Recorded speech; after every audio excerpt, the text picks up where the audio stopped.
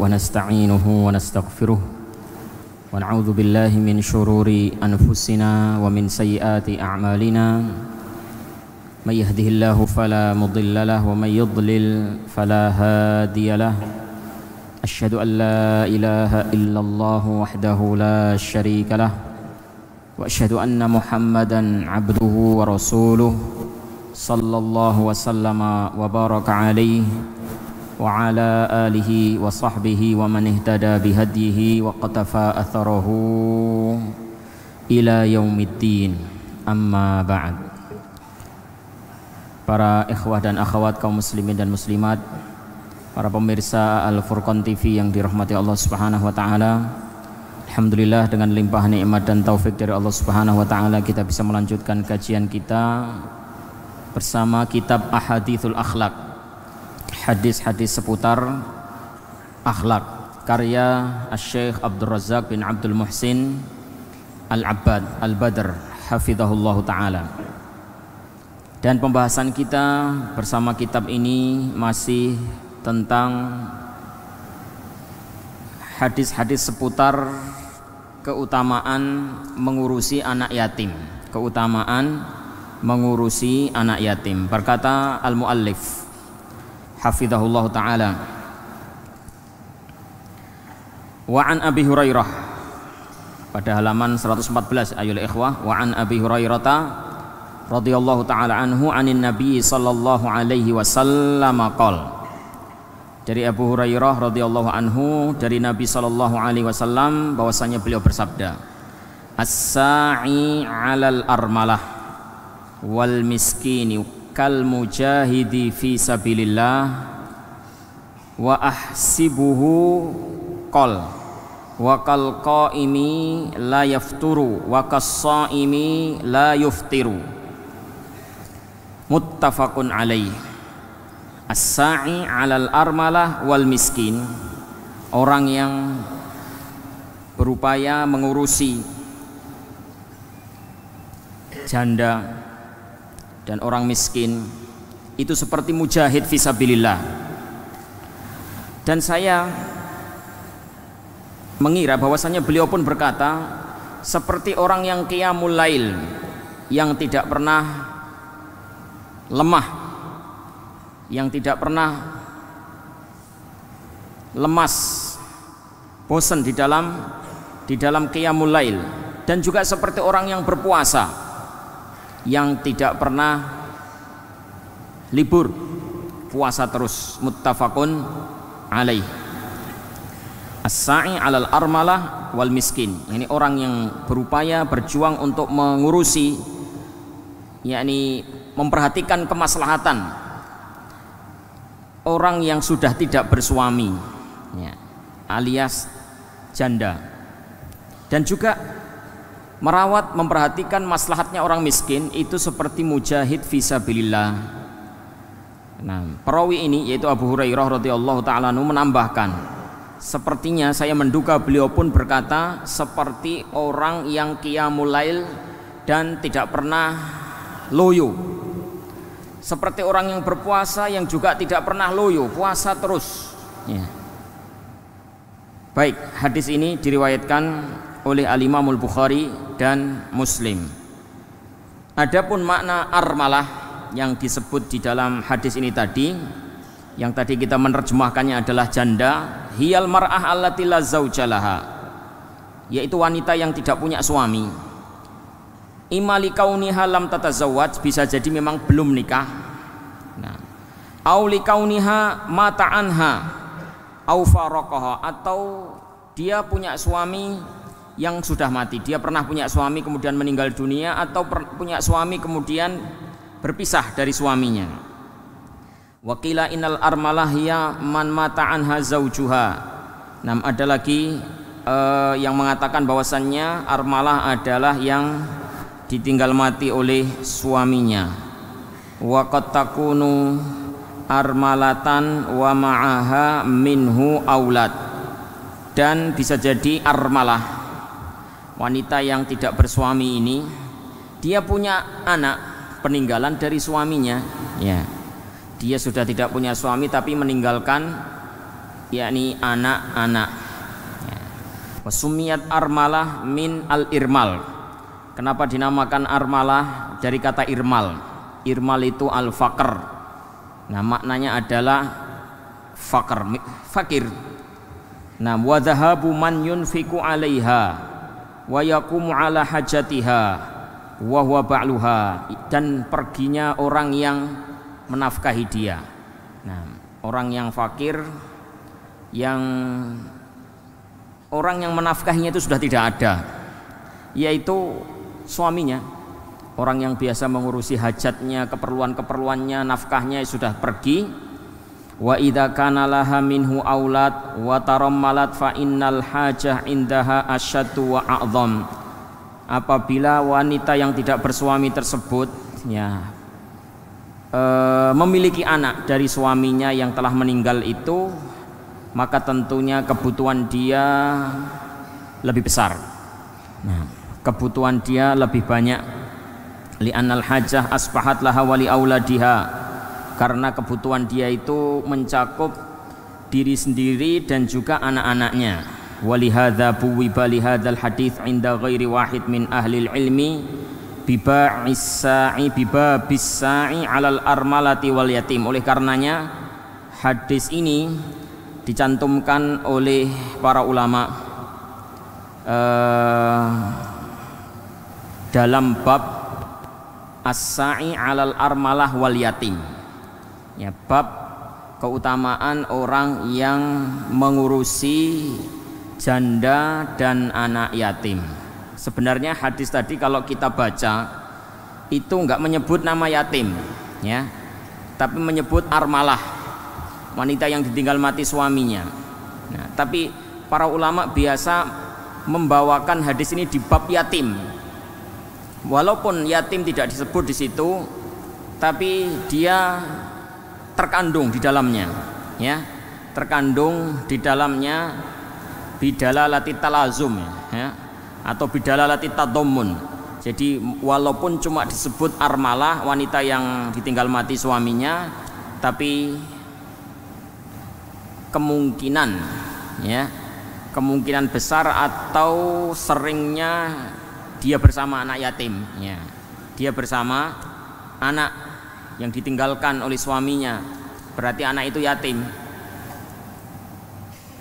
Intinya armalah ini identik dengan yatim, makanya dicantumkan dalam bab kafalatul yatim, walaupun hadisnya memang tidak menyebut kata yatim, ya. Hadis tadi hanya menyebut apa? Hanya menyebut armalah saja, tapi yatim terkandung di dalamnya karena banyak di antara armalah, wanita yang tidak bersuami, menanggung anak yatim. Wanita yang tidak bersuami punya anak, ya, dan dia menanggung nafkah dari anak-anak tersebut. Nah, di sini hadis menerangkan kepada kita semuanya bahwasanya siapa saja yang punya perhatian, yang berjuang, berupaya untuk memenuhi kebutuhan armalah tadi, yaitu apa? Wanita yang ditinggal mati suaminya tadi. Nah, maka dia memiliki pahala, memperoleh pahala seperti pahalanya orang yang berjihad di jalan Allah. Juga seperti pahalanya orang yang rajin qiyamul lail, tidak pernah loyo. Nah, juga pahalanya orang yang puasa, yang terus-menerus puasa, tidak pernah bosan, tidak pernah loyo. Ya. Baik, ucapan Rasulullah sallallahu alaihi wasallam, kal mujahid fisabilillah fihi bayanun anna hadza babun min abwabil jihad al-azimah. Jadi kalimat al-mujahid fisabilillah, orang yang mengurusi, memperhatikan kemaslahatan janda, ya, itu seperti mendapatkan pahala seperti mujahid fisabilillah. Ini menerangkan bahwasannya ini, ya, aktivitas itu tadi, amalan itu tadi, itu adalah merupakan bagian dari jihad, bagian dari jihad yang agung, ya. Wakal qaim la yafturu wa kasaftiru. Nah, seperti orang yang qiyamul lail tidak pernah loyo, seperti orang yang puasa terus menerus tidak pernah libur, Nah, fihi fadilatu man yas'a 'alal armalati wal yatim, ini menunjukkan pentingnya perhatikan dan anak yatim, wa anna darajata man qama bidzalika kadarajatil ladzi yasumun nahara wa yaqumal lail, dan bahwasannya derajat orang yang melakukan amal mulia itu tadi sama seperti derajatnya orang yang rajin qiyamul lail dan rajin berpuasa. Qala Ibnu Battal rahimahullah, man ajaza 'anil jihadi fi sabilillah wa an qiyamil lail wa siyamin nahar falyamal bihadzal hadits. Siapa yang tidak sanggup untuk jihad fi sabilillah, tidak sanggup juga untuk qiyamul lail, juga untuk puasa sunnah, hendaknya dia mengamalkan hadis ini. Wal yas'a 'alal aramil wal masakin, dan hendaknya dia berupaya untuk hendaknya dia berusaha mengupayakan kemaslahatan para janda dan orang-orang miskin. Liyuhsyara yaumal qiyamati fi jumlatil mujahidin fi sabilillah, supaya nanti pada hari kiamat dia dikumpulkan bersama para mujahidin fi sabilillah. Duna an yakhtuwa fi dzalika khutwah, duna an yakhtuwa fi dzalika khutwah, tanpa dia menempuh satu langkah pun yang pernah ditempuh oleh mujahid fisabilillah. Au yunfik dirhaman, juga tanpa menginfakkan walaupun hanya sepeser dirham. Nah, au yulqa adwan yarta'u biliqaihi, tanpa juga menghadapi musuh yang mana dia takut kalau menghadapinya. Jadi siapa yang perang takut, ya, bangun malam juga tidak ahli, puasa sunnah ya tidak ahli. Nah, kalau bisa dia berupaya untuk mendapatkan keutamaan itu, tidak mengamalkan itu tapi bisa memperoleh keutamaan amalan itu, yaitu tadi as-sa'i 'alal armalah wal miskin, berupaya memperhatikan kemaslahatan para janda dan orang-orang miskin. Wah, gak iso juga Ustaz, bangun malam gak iso. Nah, puasa sunnah ora iso, jihad wedi. Nah, memikirkan nasibnya orang-orang miskin, juga aku dewi miskin. Nah, ya sudah. Nah, Anda cari amalan-amalan yang lain. Nah, dan masih banyak amalan-amalan yang lain. Masih banyak amalan-amalan yang lain. Kalau bisa Anda memiliki sesuatu yang bisa diandalkan, ya. Ya, kalau Anda tergolong orang miskin juga, mau memperhatikan orang miskin, piye aku dhewe yo miskin. Nah, mau memperhatikan janda, nah, memperhatikan anak yatim, lho piye aku dhewe anak yatim misalnya. Ya. Ya sudah, mungkin Anda menghafal Al-Qur'an, mungkin Anda yakni menuntut ilmu, serius dalam menuntut ilmu, ikhlas, niatkan itu untuk membawa kemaslahatan kepada diri Anda dan kepada umat Anda. Nah, pokoknya antum punya amalan, jangan ya, pokoknya antum cari. Nah, pintu-pintu kebaikan mana yang kiranya antum bisa usahakan, pintu-pintu kebaikan mana yang antum bisa, ya, antum usahakan. Nah, mungkin antum juga bisa, yakni modal wajah, modal duit nggak punya, modal hafalan juga susah, modal puasa gak betah luwe, nah, nggak tahan lapar, modal qiyamul lail juga susah bangun, nah, modal wajah, ketemu orang senyum, ketemu lagi senyum lagi. Nah, antal qa'akhaka biwajhin talik. Nah, jangan diremehkan. Nah, ya sudah, yang antum punya itu maksimalkan senyum antum. Nah, kalau itu saja nggak bisa bangetan ya, nah, senyum aja masuk kok nggak bisa. Nah, kalau nggak bisa ya dilatih. Nah, jangan sampai yang kecil itu nggak bisa, dilatih, ya, dilatih. Nah, mungkin antum juga bisa, yakni modal wajah, modal duit nggak punya, modal puasa gak betah luwe, nah, nggak tahan lapar, modal qiyamul lail juga susah bangun, nah, modal wajah, ketemu orang senyum, ketemu lagi senyum lagi. Nah, antal qa'akhaka biwajhin talik. Nah, jangan sampai yang kecil itu nggak bisa, dilatih, ya, dilatih. mungkin dipaksa dulu. Nah, kalau memang antum nggak bisa senyum, senyumlah walaupun terpaksa. Lama-lama antum akan tambah manis senyumnya. Awal-awal mungkin rodok kecut karena sedikit terpaksa, tapi dibiasakan terus, dilatih terus. Nah, sehingga lama-kelamaan nanti akan semakin manis senyumnya. Nah, tapi ya lihat-lihat siapa yang disenyumi. Nah, jangan sampai senyum membawa fitnah, membuat sebagian makhluk pingsan barangkali dengan senyum antum. Ya. Senyum kepada ikhwan, kepada sama ikhwan, ikhwan kepada ikhwan. Ya. Kalau akhwat ya kepada sama akhwat. Nah, ya kira-kira sisa, kira-kira. Walaupun kita juga tidak mengatakan mutlak haram ya. Ikhwan senyum kepada akhwat, ya lihat-lihat juga. Nah, lihat-lihat juga. Terkadang nggak apa-apa ya, kawan. Nah, tergantung orangnya. Antum usia-usia segini misalnya lewat depan akhwat usia 80 tahun, insya Allah nggak ada fitnah, insya Allah. Nah, justru kalau antum tidak senyum, tidak permisi, tidak nyun sewu, nah mungkin itu malah fitnah, ya. Nah, seperti itu aja ikhwah.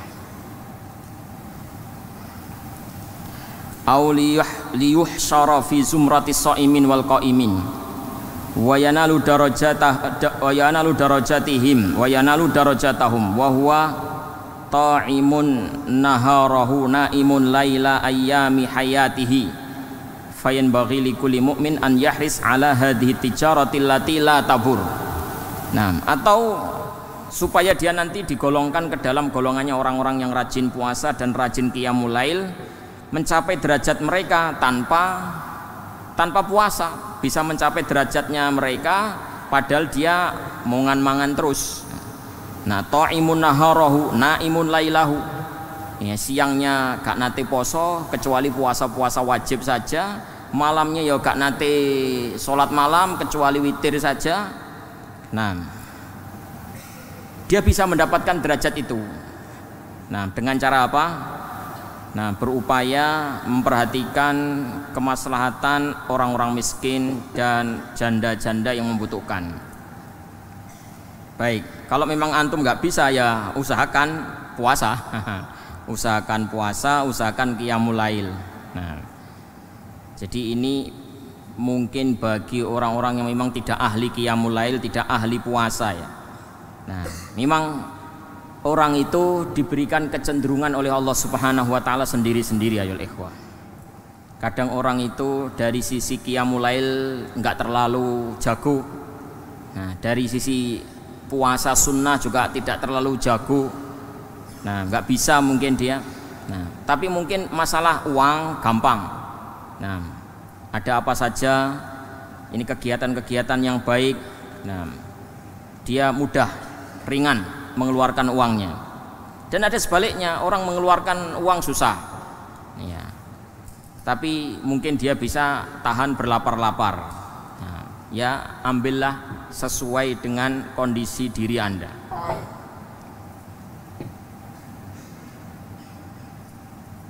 Hendaknya seorang mukmin bersemangat untuk meraih bisnis, keuntungan dari bisnis yang tidak akan pernah rugi ini. Wa yas'ala armalatin aw miskinin liwajhillahi ta'ala, dan berupaya untuk memperhatikan kemaslahatan para janda dan orang-orang miskin karena Allah Subhanahu wa taala. Nah, ini perlu ayol ikhwah.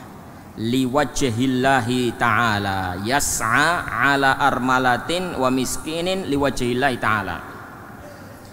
Mungkin banyak kalau memperhatikan orang fakir miskin, memperhatikan anak-anak terlantar. Nah, itu insya Allah banyak.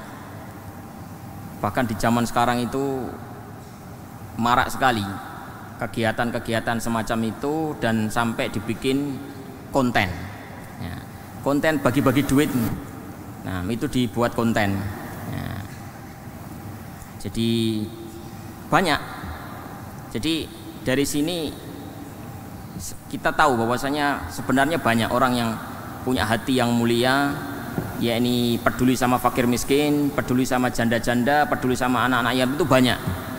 Nah, melihat konten-konten itu. Nah, tapi ya kita perlu tekankan ayo ikhwah, bukan sekedar peduli sama anak yatim, fakir miskin, janda-janda, anak terlantar, bukan sekedar itu, titik, bukan.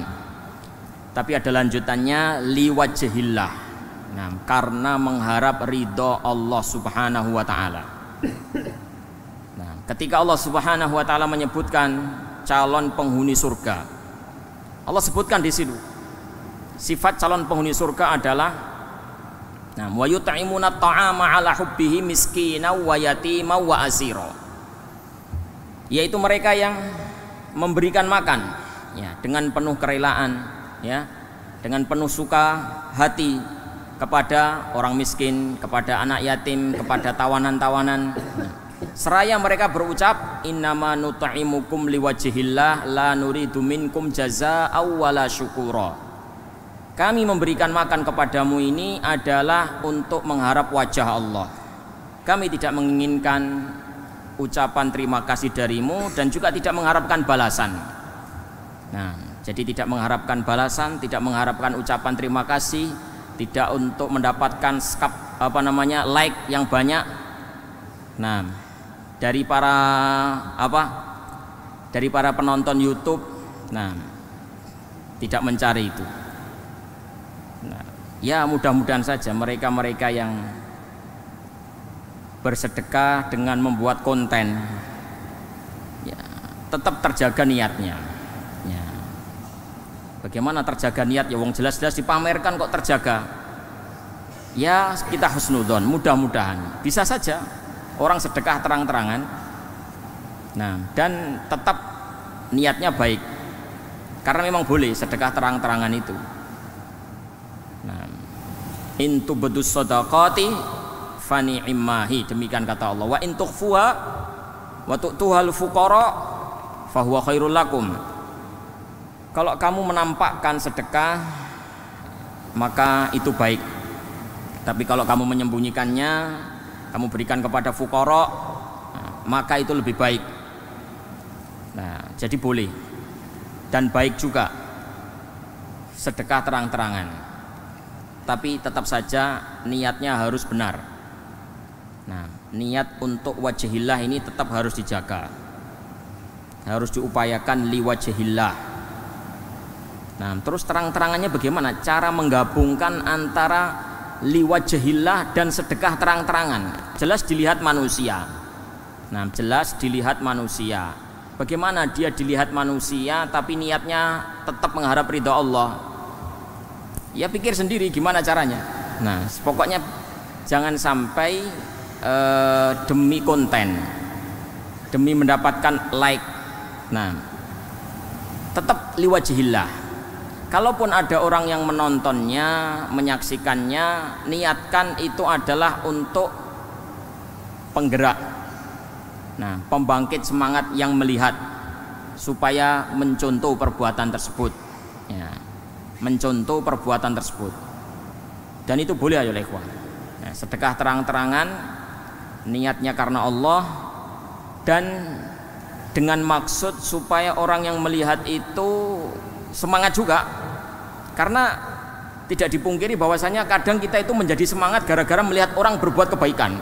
Nah, ada orang sedekah, kita lihat tadinya kita males-malesan sedekah, gara-gara ada orang yang lebih di bawah kita ekonominya rajin sedekah, akhirnya kita ya, tersemangati untuk bersedekah. Wow, dia ekonominya di bawah saya tapi kok rajin sedekah, masa saya nggak bisa lebih baik daripada dia? Ya sudahlah, aku harus lebih baik daripada dia.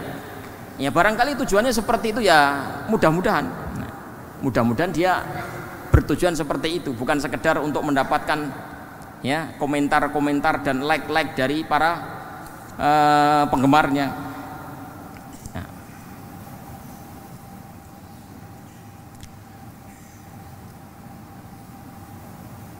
Baik. Wa an Abi Hurairah radhiyallahu ta'ala anhu anna rajulan syaka ila Nabi sallallahu alaihi wasallam qaswata qalbihi. Nah, dan dari Abu Hurairah radhiyallahu ta'ala anhu bahwasannya ada seorang laki-laki yang mengeluhkan kepada Nabi sallallahu alaihi wasallam tentang kerasnya hati dia. Nah, apa maksudnya keras hati? hati kok keras, hati kok lembut. Ya maksudnya keras hati itu susah untuk tersentuh. Ya, untuk menangis itu susah. Baca Al-Quran juga ya sekedar lewat saja, tidak terenyuh, tidak meneteskan air mata. Nah, sholat juga biasa-biasa saja. Ya, ruhnya tidak ada, khusyuknya tidak ada, pokoknya sekedar gugur kewajiban.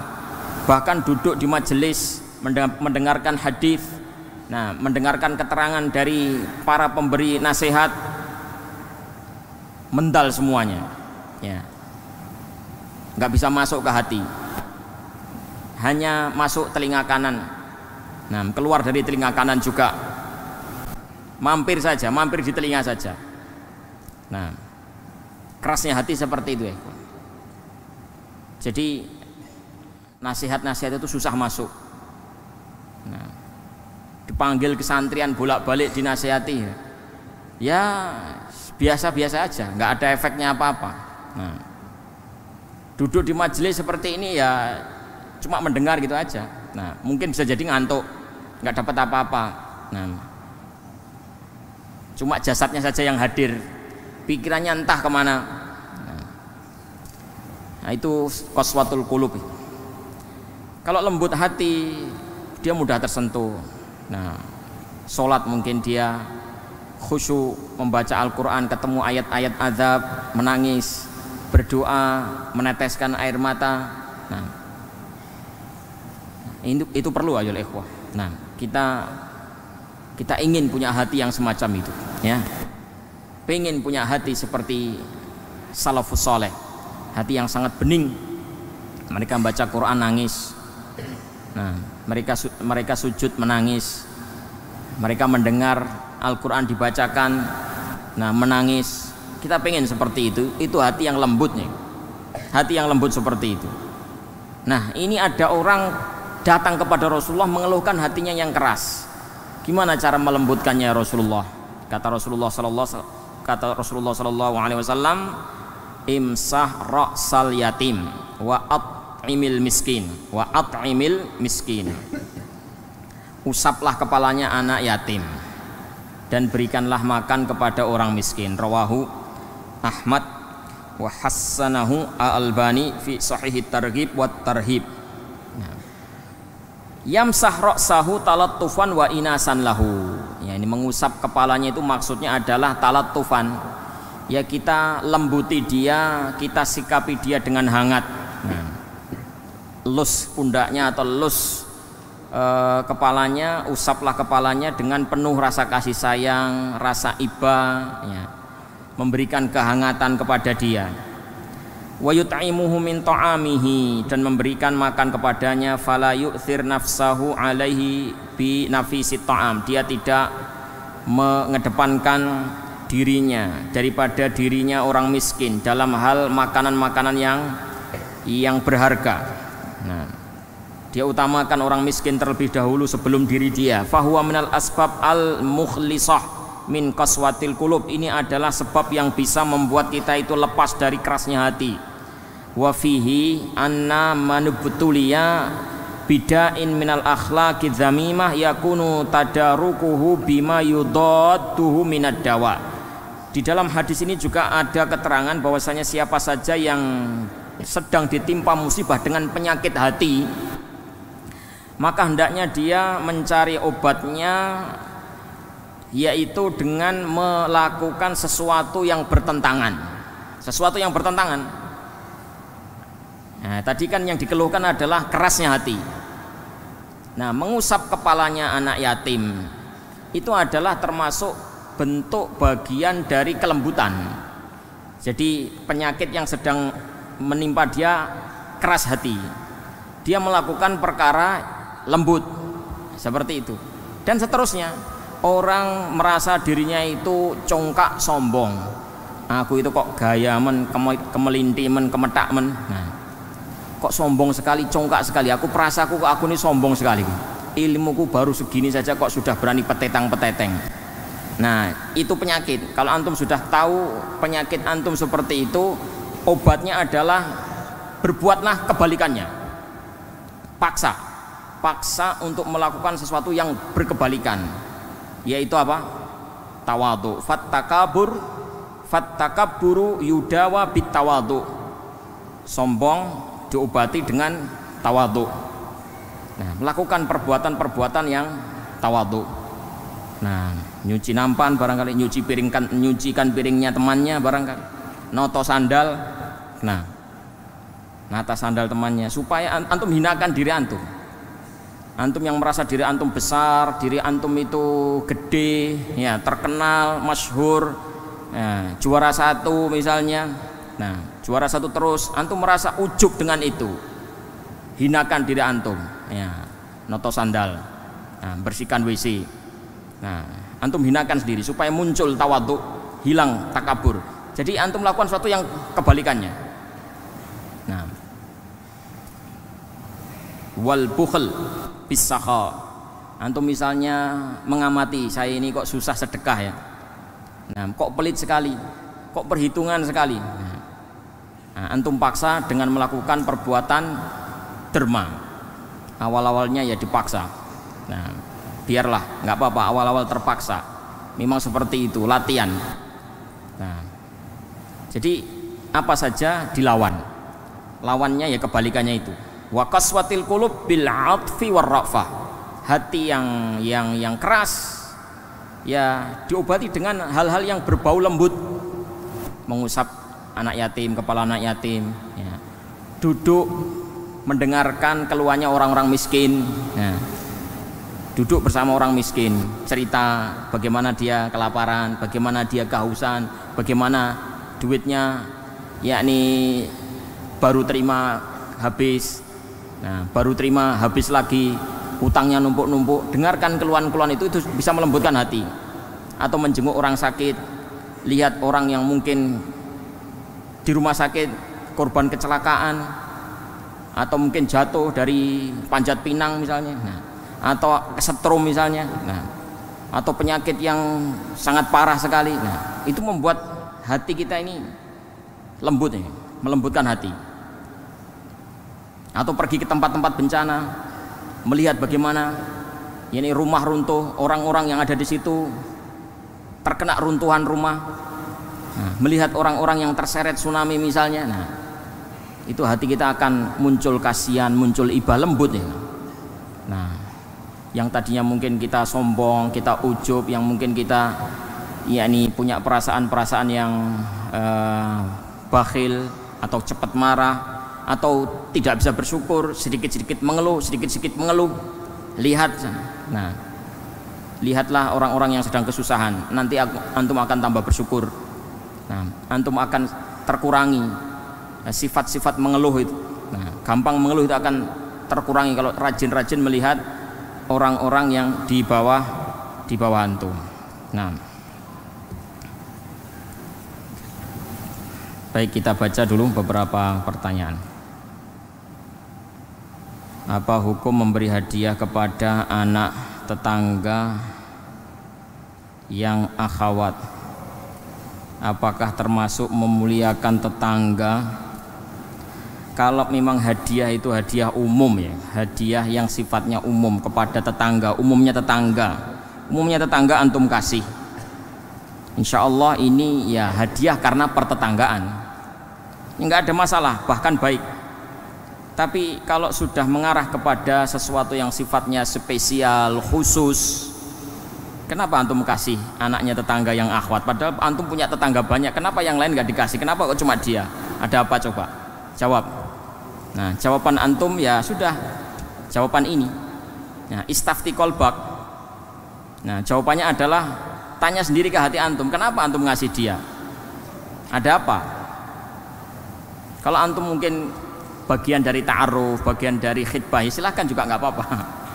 Nah, tapi kalau kira-kira masih jauh, ya antum masih belum terpikir untuk ke sana, terus antum ngasih hadiah yang sifatnya khusus, untuk apa coba?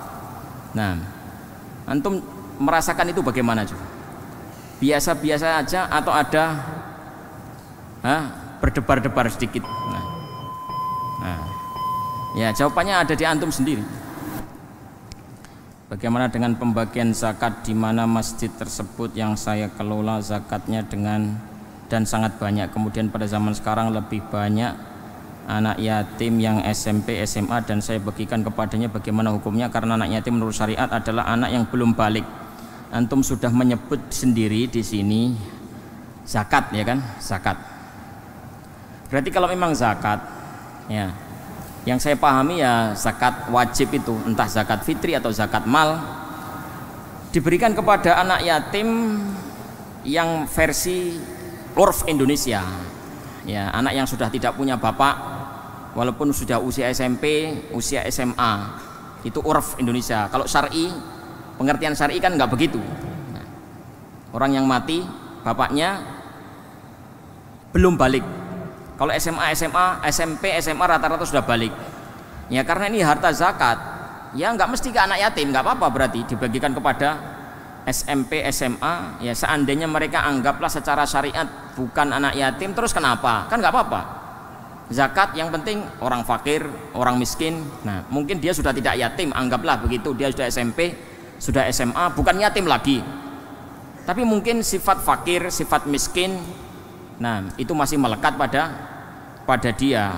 Ya dari sisi itu ya nggak apa-apa.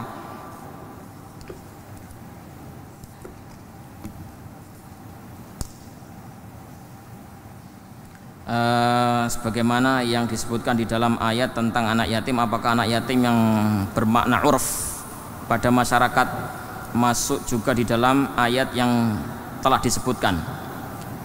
Ayat yang disebutkan ya seperti wala taqrabu malal yatim, nah dan lain-lain. Setiap ada kata yatim di dalam Al-Qur'an berarti kita harus menafsirkannya ya sesuai dengan pengertian syariat, yaitu man mata abuhu dunal buluk, yaitu yang sudah tidak punya bapak, belum balik. Ya, sudah tidak punya bapak, belum balik. Jadi artikan kata-kata yatim di dalam Al-Quran, di dalam As-Sunnah, di dalam kitab-kitab para ulama dengan tafsiran itu. Ya, beda lagi nanti kalau antum bermuamalah sama orang Indonesia. Setahu saya orang Indonesia menyebut yatim itu pokoknya nggak punya bapak. Nah, tanpa memperhatikan batasan balik atau tidak balik. Nah, mungkin antum bisa tafsirkan sesuai dengan urf. Tapi kalau sedang membaca Quran, membaca sunnah, ya harus ditafsirkan sesuai dengan istilah syar'i. Jika sepasang suami istri cerai sedangkan anak mereka masih memerlukan kasih sayang dan hak-hak lainnya, apakah anak mereka disebut yatim atau piatu jika salah satu kedua orang tuanya cerai? Salah satu dari kedua orang tuanya cerai. Mana ada cerai salah satu? Ya cerai ya dua-duanya.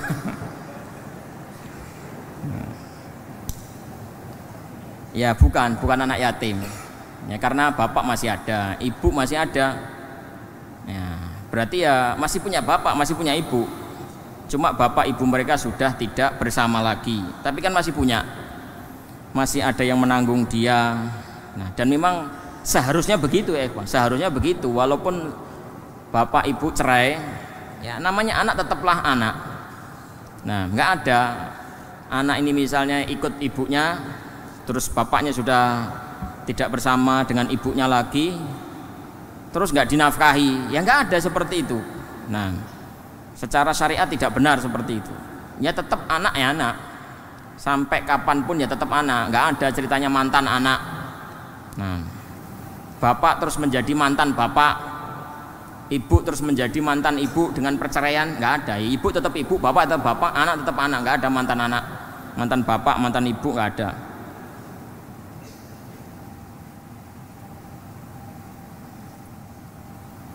Tolong nasihati teman saya, dia suka sama cewek yang wataknya buruk, padahal udah kita nasihatin untuk ninggalin dia karena buruk tadi. Berarti kalau seandainya akhlaknya baik boleh begitu? Nah, ya nggak begitu ya ikhwan. Ya mau akhlaknya baik, mau akhlaknya buruk, ya antum belum menikah, nggak ada hubungan sama dia, ajnabiyah, ya tinggalkan. Nah, man taraka lillahi syai'an awwadahullahu khairan min. Siapa yang meninggalkan sesuatu karena Allah, Allah akan beri ganti yang lebih baik. Nah, antum pengen lebih baik daripada mendapatkan sesuatu yang lebih baik daripada wanita yang antum cintai itu? Antum akan dapat sesuatu yang lebih baik. Mau? Lebih baik daripada wanita, cewek yang antum cintai itu. Apa? Tinggalkan dia karena Allah. Ini Allah melarang saya ini. Saya nggak ada hubungan sama dia, dia wanita asing. Nah, dia ajnabiyah, nggak boleh, ya. Jaga hati. Sudahlah, demi ketaatan saya kepada Allah, demi iman saya kepada Allah, demi kesetiaan saya kepada ajaran Rasulullah, saya tinggalkan dia. Nah, insya Allah antum akan dapat lebih baik daripada dia. Nah, apa itu ayol ikhwah?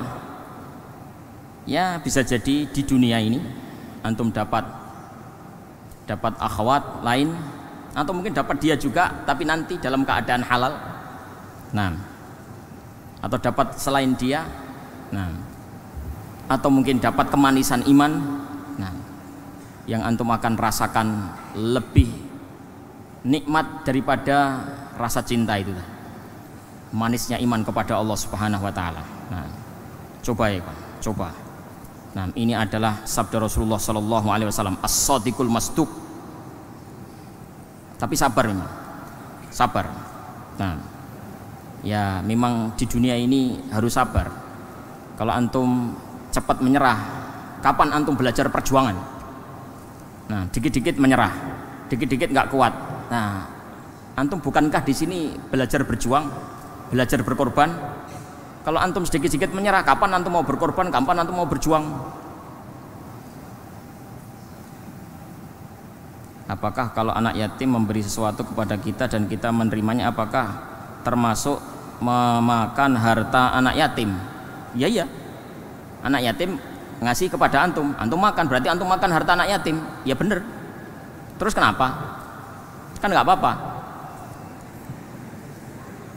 Nah, waman kana faqiran falyakul bil ma'ruf, waman kana ghaniyan falyasta'fif, waman kana faqiran falyakul bil ma'ruf. Siapa yang kaya hendaknya dia menahan diri, jangan makan. Siapa yang miskin hendaknya dia makan dengan cara yang ma'ruf. Falyakul bil ma'ruf. Berarti boleh, nggak mutlak makan harta anak yatim itu haram, nggak mutlak.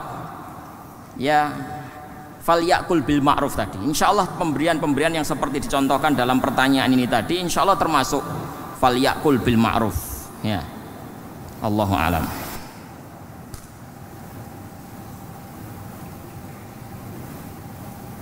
Masih banyak sekali ya, waktunya sudah habis. Nah, kapan-kapan aja. Kenapa antum nggak tanya saya di kelas? Nah, di sini waktunya sempit. Taib, kapan-kapan insya Allah kita lanjutkan. Mudah-mudahan ada waktu.